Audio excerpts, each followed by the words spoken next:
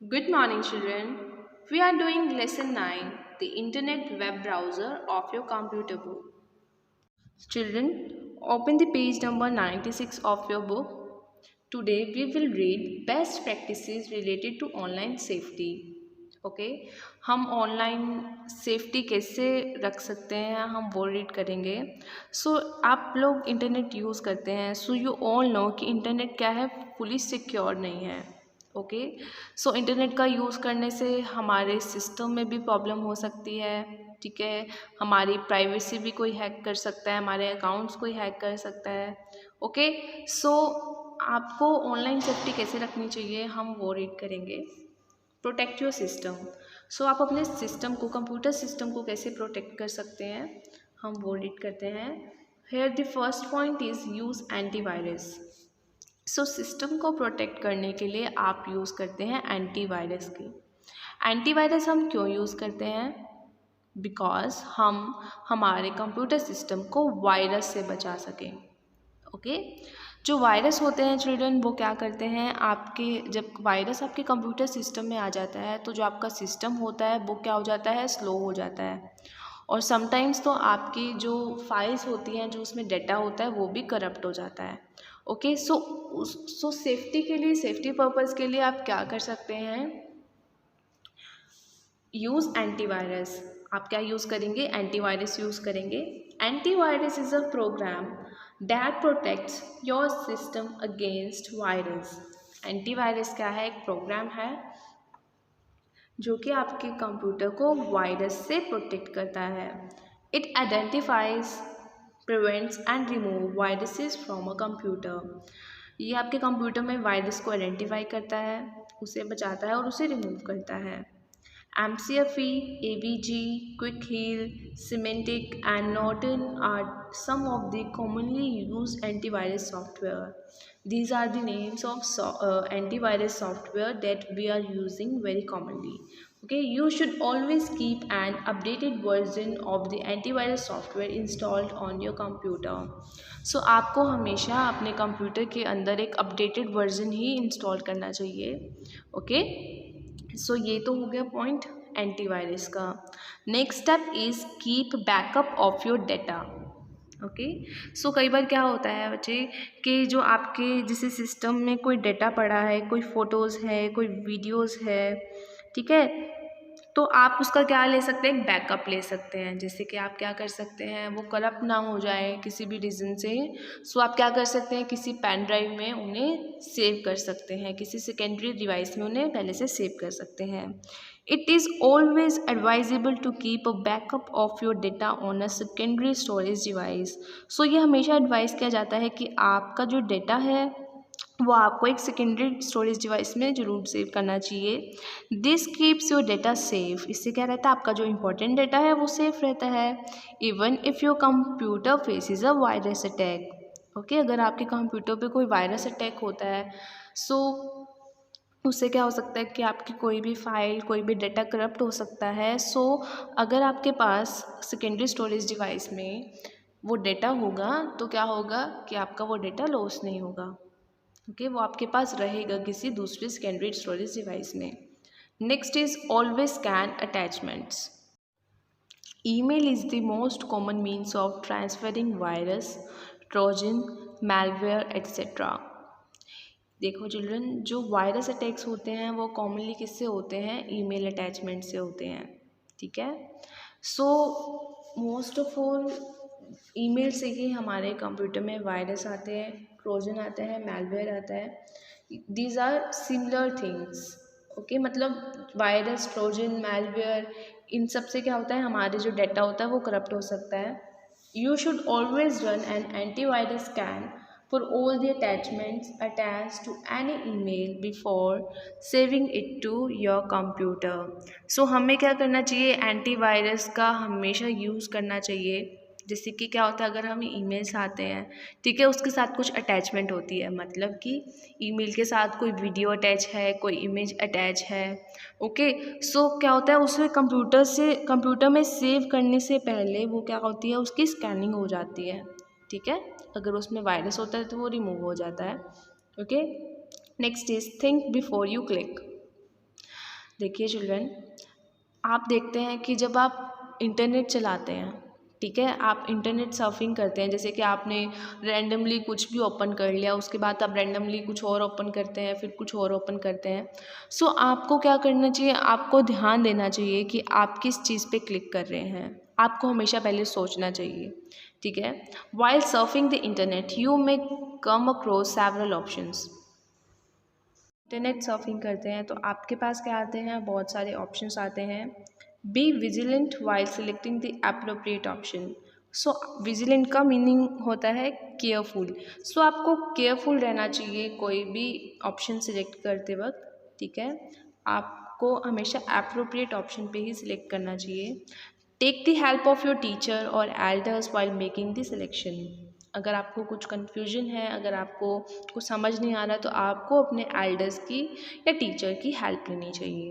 Okay, सो ये तो हो गया चिल्ड्रन कि हम कैसे अपने सिस्टम को सेफ रख सकते हैं। अब हम पढ़ेंगे कि हम खुद को कैसे सेफ रख सकते हैं। Protect your self. Okay, so first point is here, choose strong passwords.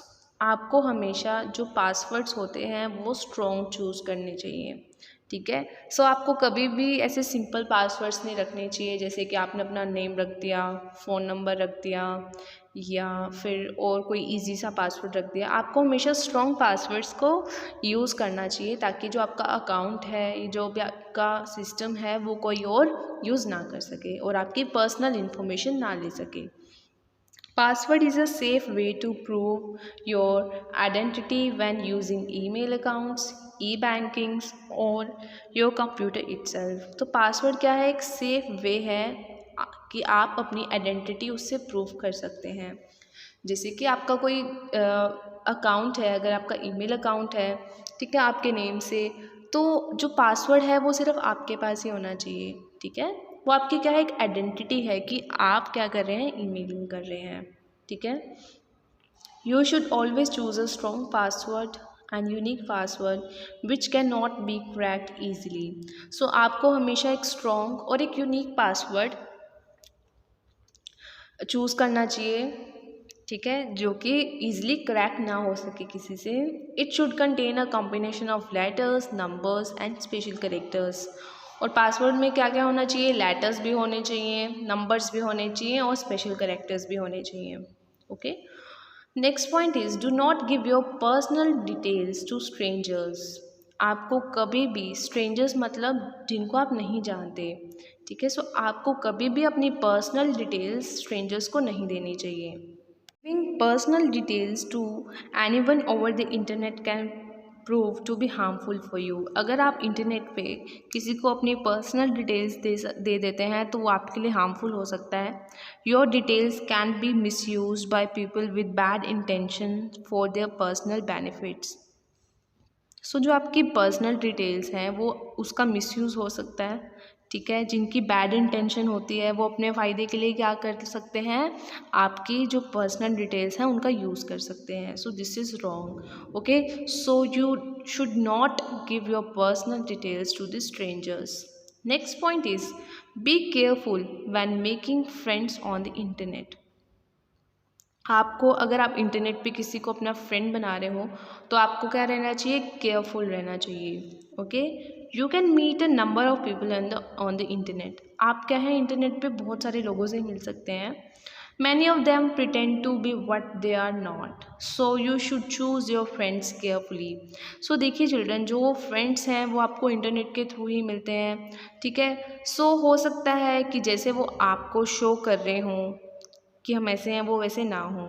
Okay, सो हो सकता है जैसे कि कोई आपकी फ्रेंड है, वो किसी और नेम से ही आपसे बात कर रहे हैं, ठीक है, फेक आइडेंटिटी से बात कर रहे हैं आपसे।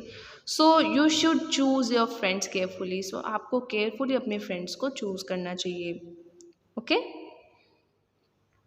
This question when shopping online, always check the validity of the website you are shopping from. अगर आप कहीं से शॉपिंग कर रहे हैं तो आपको उस वेबसाइट की वैलिडिटी को ज़रूर चेक करना चाहिए।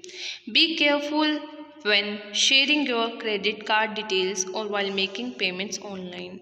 और जब आप कुछ बाय करने के लिए क्रेडिट कार्ड डिटेल्स देते हैं या पेमेंट ऑनलाइन करते हैं तो भी आपको केयरफुल रहना चाहिए। Okay, children. Now we will start the book. First of all, fill in the blanks. Okay.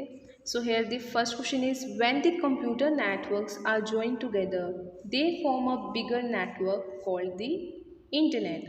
देखिए, जब बहुत सारे कंप्यूटर को हम कनेक्ट कर लेते हैं, ज्वाइन कर लेते हैं कंप्यूटर नेटवर्क्स को, और वो क्या बन जाता है, एक बिग नेटवर्क बन जाता है, बहुत बड़ा नेटवर्क बन जाता है, तो उस नेटवर्क को हम क्या बोलते हैं, internet. Next is, each website is identified by its unique address. क्योंकि हर एक वेबसाइट का क्या होता है, एक यूनिक एड्रेस होता है, और उसको हम क्या बोलते हैं, URL. Okay. Next is, an ISP is a company which offers the use of the internet in exchange for a fee. देखिए, ISP क्या है, कंपनी है. ISP क्या होते हैं, इंटरनेट सर्विस प्रोवाइडर. ठीक है, जो हमें इंटरनेट यूज़ करने के लिए ऑफ़र करते हैं और हमसे एक्सचेंज में क्या लेते हैं, उसकी फ़ी लेते हैं. ओके.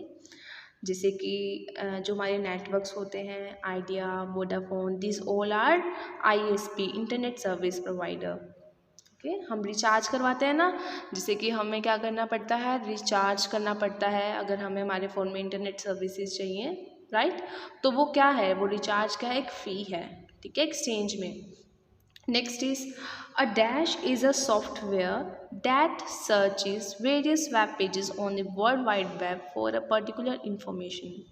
So search engine क्या है, सॉफ्टवेयर है जो क्या करता है, वेब पेजेस में, वेब पेजेस को सर्च करता है वर्ल्ड वाइड वेब में एक पर्टिकुलर इंफॉर्मेशन के लिए. Next is, the act of searching on the World Wide Web by following one link after another without a planned search strategy is called net surfing. देखिए, जब आपकी कोई proper strategy नहीं होती है, बस आप ऐसे ही रैंडमली लिंक्स पे क्लिक करते जाते हैं, उसे आप क्या बोलते हैं, net surfing. Next is, a dash is a digital page of a website which may contain text, image, videos, audios etcetera. So web page क्या है, एक डिजिटल पेज है वेबसाइट का, जिसमें क्या होता है, text, image, video and audio. Next is, straight, true और false. www refers to a network of websites on the internet. True. The URL of any website is entered in the title bar of a web browser. ये क्या है, false है, क्योंकि URL कहाँ आता है, address bar में. Next is, Bing is an example of search engine. True. A modem allows a computer to send or receive information through telephone line. True. ISP stand for Internet Service Protection. No, ISP stand for Internet Service Provider. Next is, the web was the first commercial ISP. No, children. Next is application based question. Supriya came across many useful websites while working on her assignment. She wants to store and organize them so that she can revisit them whenever needed. What option can she use to accomplish this task? Supriya क्या करी है, बहुत सारी websites को मतलब use कर रही है अपनी असाइनमेंट बनाने के लिए. ठीक है, वो कुछ स्टोर करना चाहती है. ठीक है, ताकि वो क्या कर सकें, उनको दोबारा से विज़िट कर सके. तो उसे क्या करना चाहिए, इसके लिए बुक्स मार्क्स का यूज़ करना चाहिए. Ashmita wants to customize the setting of Google Chrome as per her requirement. Ashmita क्या करना चाहती है, गूगल क्रोम की सेटिंग्स को कस्टमाइज़ करना चाहती है खुद के according. Which option should she use to do the same. So उसे कौन से ऑप्शन का यूज़ करना चाहिए, customize and control Google Chrome button, उसे यूज़ करना चाहिए customize and control Google Chrome button को. Next is multiple choice question. First is, dash is regarded as the founder of www. www के founder कौन थे, Tim Berners Lee. Next is, the phrase surfing the net has been coined by. So ये जो surfing the net phrase है, ये किसने बोला, mark एम्सिकल. Next is, in dash technology, a computer is continuously connected to the internet through the phone line. देखिए, कौन सी technology है इसमें, जिसमें जो फ़ोन लाइन से क्या होता है, कंटिन्यूसली कंप्यूटर कनेक्टेड होता है, that is broadband. Next is, When we move the cursor over a link, the cursor changes to dash shape pointer. जब हम कर्सर लेके आते हैं एक लिंक पे तो कर्सर किस में चेंज होता है, हैंड में. Next is which among the following is an example of search engine. So इसमें से कौन सा एग्जाम्पल है सर्च इंजन का, it's Google. Next is in Google Chrome dash option displays a list of recently visited website. देखिए Google Chrome में कौन सा ऑप्शन है जो हमें जो हम वेबसाइट्स विजिट कर चुके हैं हमें उसकी इंफॉर्मेशन देता है, that is called history. Okay children, so इस चैप्टर के क्वेश्चन आंसर्स हम नहीं कर रहे हैं. ओके आपको ये चैप्टर पूरा रीड करना है और इसकी एक्सरसाइज भी करनी है जो मैंने आपको कराई है. आपका जो फाइनल एग्ज़ाम होगा उसमें आएंगे आपके सारे question multiple choice question. So you have to read and learn all the chapter. Okay, bye children, have a nice day.